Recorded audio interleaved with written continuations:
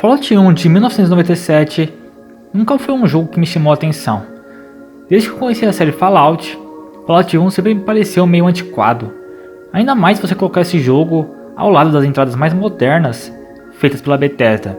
E também preciso dizer que vendo as gameplays pelo YouTube, o jogo sempre pareceu ser bem chato. Mas Fallout 1 na verdade ainda é um bom jogo, mesmo depois de todo esse tempo de lançamento. Fallout 1 é mais sério que os jogos da Bethesda, principalmente Fallout 4, que tem um tom muito, mas muito distinto mesmo do Fallout 1.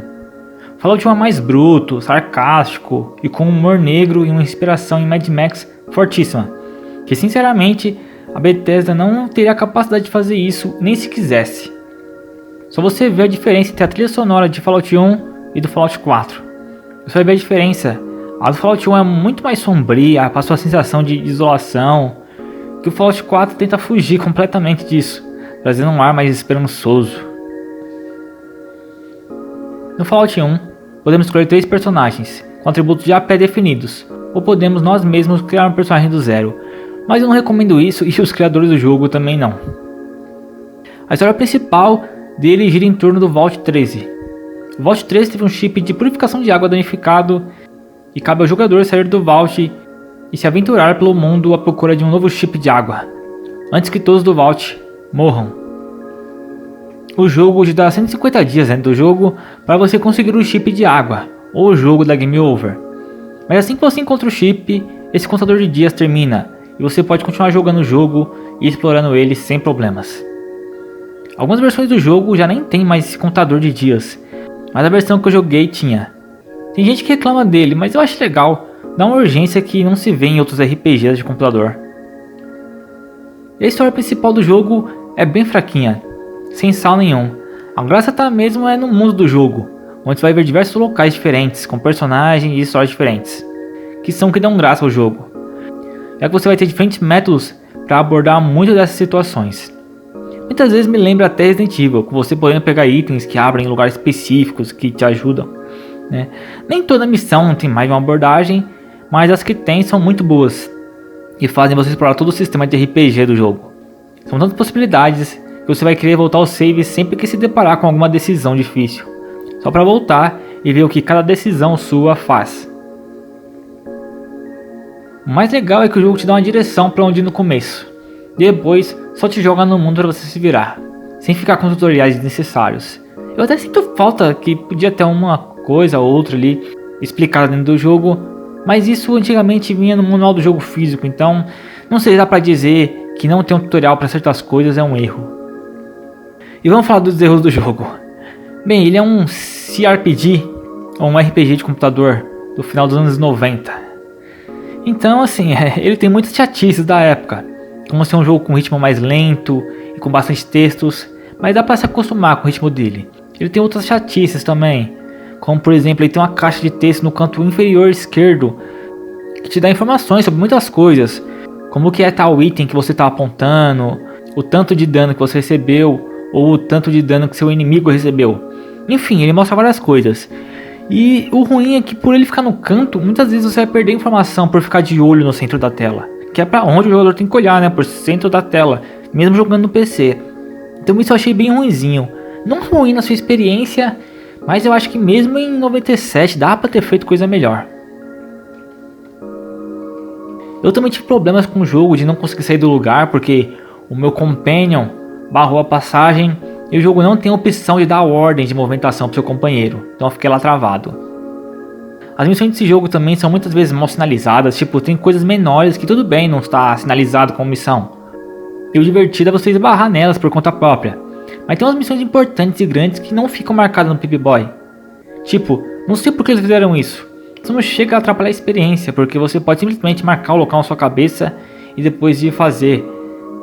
Ou hoje em dia você também pode pesquisar na internet, né? Mas sinceramente acho essa decisão ruim. Outra coisa que falta é uma sinalização de nível necessário para fazer cada missão. Porque às vezes você está numa área tranquila, onde você mata os inimigos de boa, e de repente você pega uma missão que é impossível ser feita no seu nível. Então você tem que deixar ela de lado, ir fazer outras coisas e voltar só muito depois. O problema aqui não é ter missões difíceis, O problema é a curva de dificuldade ser completamente frustrante em alguns momentos, e não desafiadora.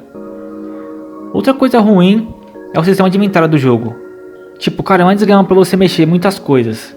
Principalmente assim quando envolve o inventário do seu companheiro. Porque aqui, no Fallout 1, não tem sistema de troca de itens com seu companheiro como tem nos jogos da Bethesda. Nada disso.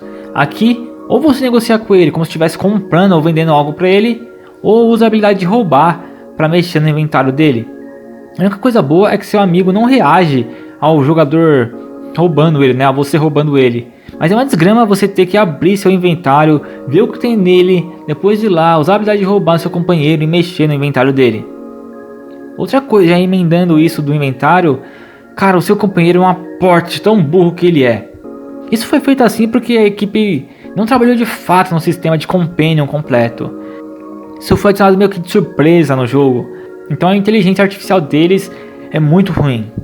Então é frustrante você dar uma arma com 200 balas pra eles e ele prefere usar uma faca ao invés da arma que você deu pra ele.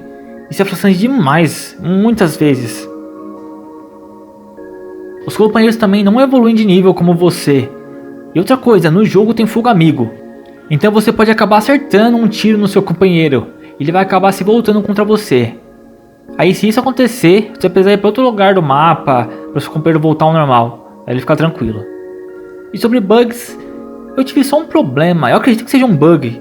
Que foi assim, eu tava explorando com o meu companion. Eu fui num lugar chamado The Glow para lutear e pegar umas armas melhores para mim. Eu fui lá, peguei essas armas e peguei uns arquivos. Esses arquivos faziam parte de uma linha de missão da Irmandade do Aço, que eu não tinha iniciado ainda, e não sabia que precisaria desses arquivos. Então eu peguei esses arquivos e deixei com meu companheiro. Numa luta mais tarde, meu companheiro acabou morrendo. Eu peguei uns itens, estava com ele, e deixei os arquivos com o corpo dele lá e fui embora. Depois de um tempo de jogo, eu resolvi iniciar as missões da Irmandade do Aço. Quando eu fui falar com o NPC que inicia essas missões, ele me pediu esses arquivos que ficaram com meu companheiro morto. Eu voltei onde ele tinha morrido e o corpo dele tinha sumido junto com todos os arquivos e itens que estavam com ele. Ou seja, eu fiquei impossibilidade de fazer essas missões da Irmandade do Aço. Teve também outra missão que eu tive esse problema também, mas essa da Irmandade do Aço foi bem ruim de ter perdido. Eu não sei se tem outro modo para entrar, para fazer outras missões da Irmandade do Aço, mas de qualquer jeito eu perdi 2 missões por causa desse bug. O jogo ainda teve uns 3 crashes. É zoado isso, mas não atrapalhou, porque meus saves estavam perto da onde crashou. E o último problema é que o jogo pode não rodar de primeira no seu computador, mas uns 20 minutos testando as configurações do jogo, você deixa ele rodando 0 sem problemas. E esse jogo roda em praticamente qualquer PC. O meu PC não roda no emulador de Play 1 e rodou esse jogo de boa. Fallout 1 é um jogo brutal e frustrante algumas vezes, principalmente mais para a parte final do jogo. Então se você for se aventurar no jogo e tiver dificuldade, não fique com frescura de não usar algum mod que deixe o jogo fácil ou que facilite sua vida. Porque Fallout 1 tem coisas datadas, ruins e frustrantes. Então se for necessário, passe por cima disso de qualquer jeito. Eu mesmo modifiquei meu save para fazer a última missão do jogo, porque eu já estava meio frustrado com ele. Então era isso ou eu droparia do jogo. Eu prefiro terminar ele e não me arrependo disso. Se você gosta de Fallout 3 e New Vegas e nunca jogou Fallout 1, eu recomendo que você jogue. Se você só jogou o 4 ou o Fallout 76, eu recomendo que você jogue o Fallout 3 e o New Vegas antes de ir para os jogos mais antigos como o Fallout 1 e Fallout 2. Mas isso é só sugestão. Se tiver a fim de jogar o jogo, vai fundo de qualquer maneira. Enfim, Fallout 1 ainda é um bom jogo, embora tenha, como eu já disse, partes frustrantes. Eu sinceramente acho que vale a pena jogar ele, até porque ele sempre fica menos de R$10 nas lojas por aí e já foi dado de graça em algumas lojas, então é fácil jogar ele. E também já tem tradução em português para ele. A que eu usei estava uns 90% boa, tinha algumas coisas pequenas não traduzidas, mas deu para jogar o jogo sem problema nenhum. A Bethesda bem que podia fazer um remaster do Fallout 1 e 2 e modernizar esses jogos para os consoles e PCs de hoje em dia. Não precisava nem fazer um remake, só fazer um remaster de respeito já seria suficiente. Mas pedir alguma coisa de qualidade para Bethesda nos últimos 8 anos tem sido difícil. Mas então é isso, pessoal. Eu resolvi separar a review do outro vídeo de Fallout 1, né, da história de Fallout, porque aquela parte é mais documental, isso aqui é mais review mesmo do jogo. Mas então é isso. Eu vou ficando por aqui. Fiquem com isso sempre. E até a próxima.